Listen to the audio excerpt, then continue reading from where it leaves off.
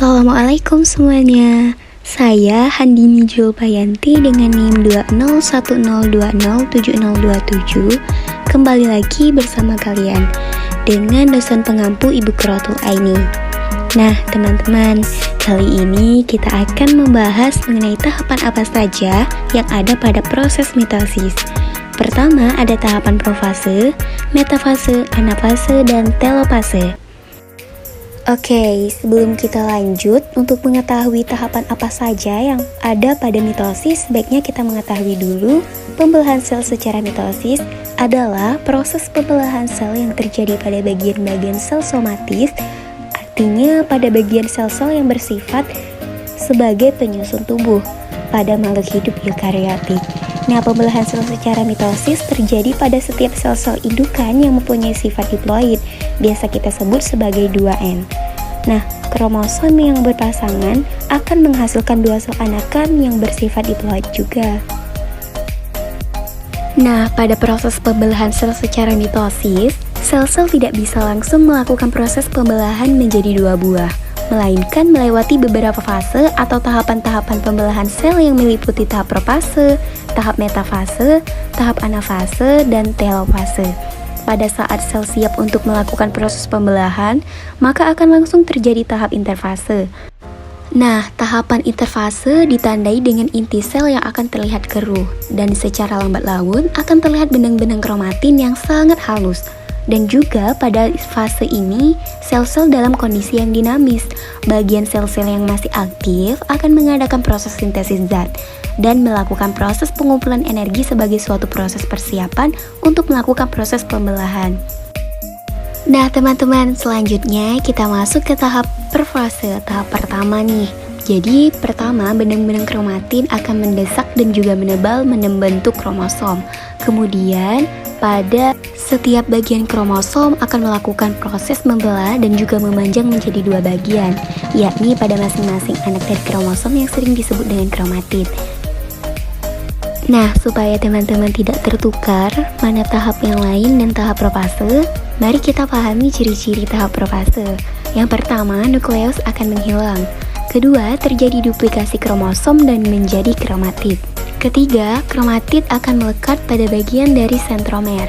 Keempat, terlihat dua pasang sentriol. Ini biasanya terjadi khusus pada sel hewan saja, yang kemudian dikelilingi oleh aster yang terbentuk menjadi sentrosom. Kelima, sentriol akan mengalami pergerakan menuju ke bagian kutub yang mempunyai arah berlawanan karena aster. Yang keenam, benang-benang spindle tersebut akan melakukan proses pengikatan kromosom-kromosom pada bagian kinetokor pada sebuah sentrosom. Nah, tahap mitosis yang kedua ada tahap metafase. Pada tahap-tahap metafase, sepasang kromatid akan menuju ke tengah sel langsung, menempatkan dirinya pada bagian tengah dari sel-sel tersebut, yaitu bidang ekuator. Nah, ciri-ciri tahap metafase yang pertama, terjadi suatu proses peleburan karioteka atau membran inti secara sempurna. Kedua, benang-benang spindle akan melewati daerah-daerah bekas inti.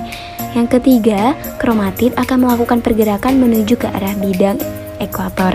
Keempat, kromatid akan berjajar di sepanjang bidang ekuator atau bidang pembelahan. Ketiga, tahap anafase. Nah, pada tahap-tahap anafase kedua, bagian kromatid akan memisahkan dirinya dari pasangannya dan akan melakukan pergerakan menuju ke bagian ujung atau bagian kutub yang mempunyai arah saling berlawanan. Mulai pada waktu tersebut, bagian kromatid akan berlaku sebagai kromosom yang baru. Selanjutnya, ciri-ciri dari anafase. Pertama, bagian sentrosom akan membelah menjadi dua.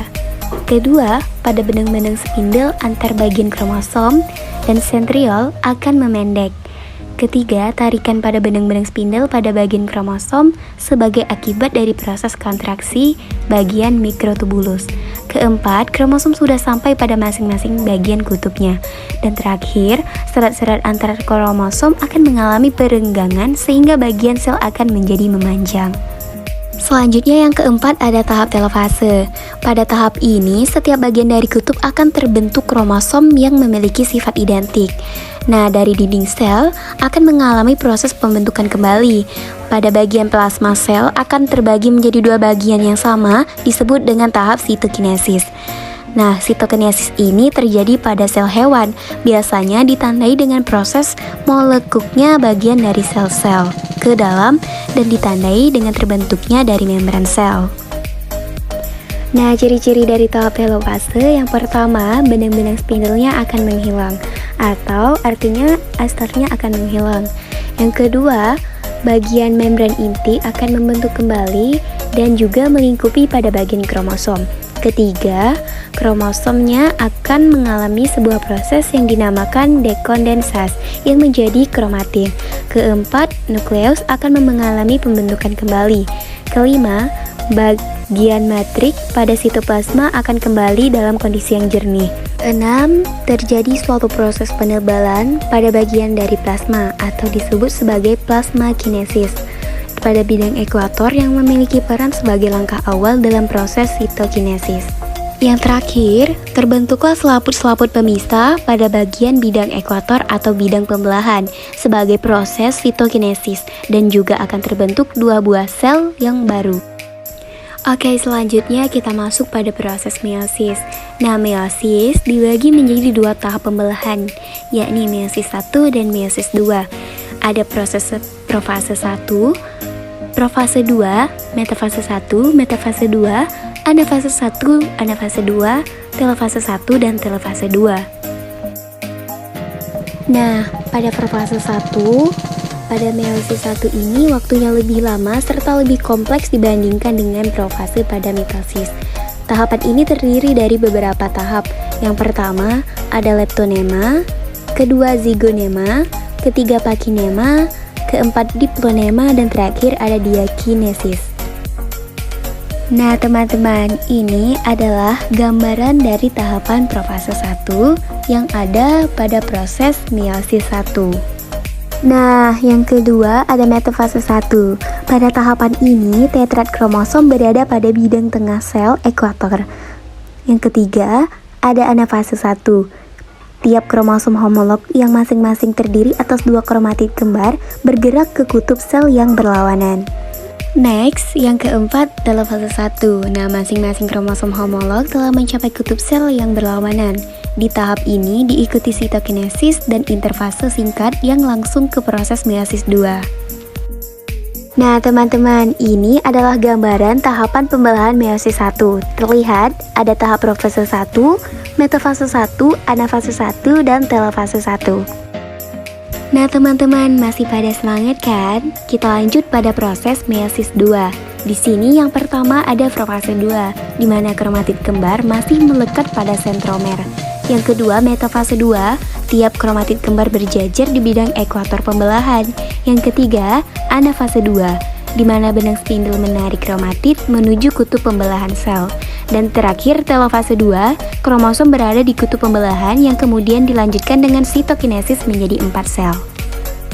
Nah, ini adalah gambaran tahapan pembelahan meiosis 2 yang diawali dengan interfase, kemudian meiosis 1 ada 4 tahapan, dan meiosis 2 juga ada 4 tahapan yang terjadi secara berulang. Nah teman-teman, terima kasih ya karena sudah berada di titik ini. Terus semangat untuk belajar, jangan pantang menyerah, dan semoga video ini menjadi bermanfaat untuk kita semua. Terima kasih, sampai jumpa lagi.